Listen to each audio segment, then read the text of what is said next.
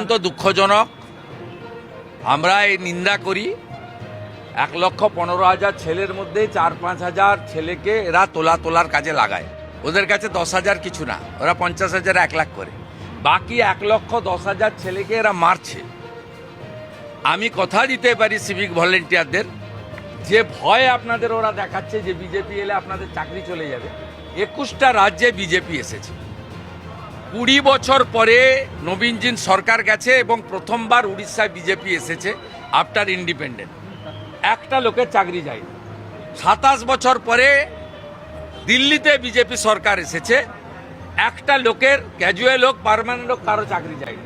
আপনাদের চাকরি তো যাবেই না, অন্যদিকে আপনারা এমন অর্থ পাবেন যে অর্থ দিয়ে সংসারও করতে পারবেন, বাবা মার সেবাও করতে পারবেন, নিজের বাচ্চাকে ভালো স্কুলে পড়াতেও পারবেন। আনুন বিজেপিকে, সবাই জোট বাঁধুন। No vote to Mamata is the only solution.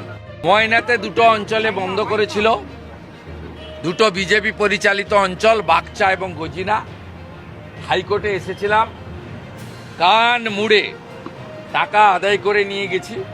ওরা মমতার বাপের টাকা নয়, তৃণমূলের চুরির টাকা নয়, ওরা জনগণের ট্যাক্সের টাকা, আরবিআই থেকে লোন নেওয়া টাকা। ময়নার বাগচা গজিনাতে যা হয়েছে, যদি ভাঙড় 2 নম্বর ব্লকের 3টে অঞ্চলে এই সরকারি ভাতা পাওয়া লোকেদের অর্থ আটকে থাকে, আমার সঙ্গে যোগাযোগ করুন। যারা those who are torture by the state government and the state ruling party, তাকে প্রোটেকশন দেওয়ার কাজ অপোজিশন লিডারের। মুখ্যমন্ত্রী সবার হতে পারেননি, তো অপোজিশন লিডার অত্যাচারিত মানুষের প্রতিনিধি হওয়ার চেষ্টা করেছেন। এটা বিজেপির আদর্শ, বিজেপির দেখানো পথ। এবং এই জঙ্গিদেরকে, জামাতিদেরকে, এই এক্সট্রিমিস্টদেরকে রক্ষা করার জন্য আধারকে ঢাল হিসেবে ব্যবহার করতে চায় এবং পশ্চিমবঙ্গ থেকে অবৈধ জাল আধার, বার্থ সার্টিফিকেট, জাল এপিক, জাল রেশন কার্ড তৈরি করার দায়িত্ব টাকার বিনিময়ে তৃণমূল কংগ্রেস নিয়েছে। এটাই তার কারণ। ওয়াকফ অ্যামেন্ডমেন্ট বিল ইত্যাদি সব মিলিয়ে একটা বড় অংশের মুসলিমরা মমতা ব্যানার্জির উপর ক্ষুব্ধ ছিল।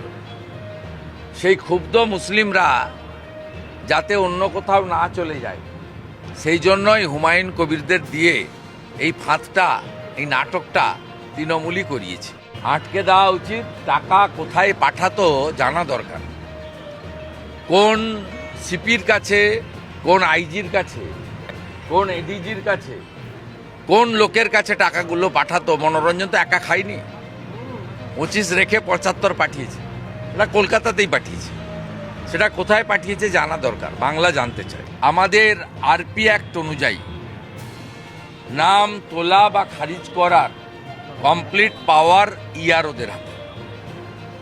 মাইক্রো অবজারভাররা যেমন নজরদারির কাজ করছেন, তেমনি যেখানে সন্দেহজনক আছে, যার নাগরিকত্ব নিয়ে প্রশ্ন আছে, এই রকম ভোটারদের যদি ইনক্লুড করেন মমতা বন্দ্যোপাধ্যায়ের কথায় বা নন্দিনী চক্রবর্তীর কথায় বা আইপ্যাকের বুদ্ধিতে, তাহলে ইআরওদের কপালেও ভবিষ্যতে কিন্তু দুঃখ রয়েছে। যে মূল উদ্দেশ্য নিয়ে মমতা বন্দ্যোপাধ্যায়ের অভিযান, নাটক, ড্রামা, ইতিহাস তৈরি করলেন, সে কি ইতিহাস লোক দেখল। উনি চেষ্টা করেছেন এসআইআর বন্ধ করতে। উনি চেষ্টা করেছেন 2024-এর লোকসভা ভোটে যে ত্রুটিযুক্ত ভোটার তালিকা, তাকে সামনে রেখে নির্বাচনে যেতে।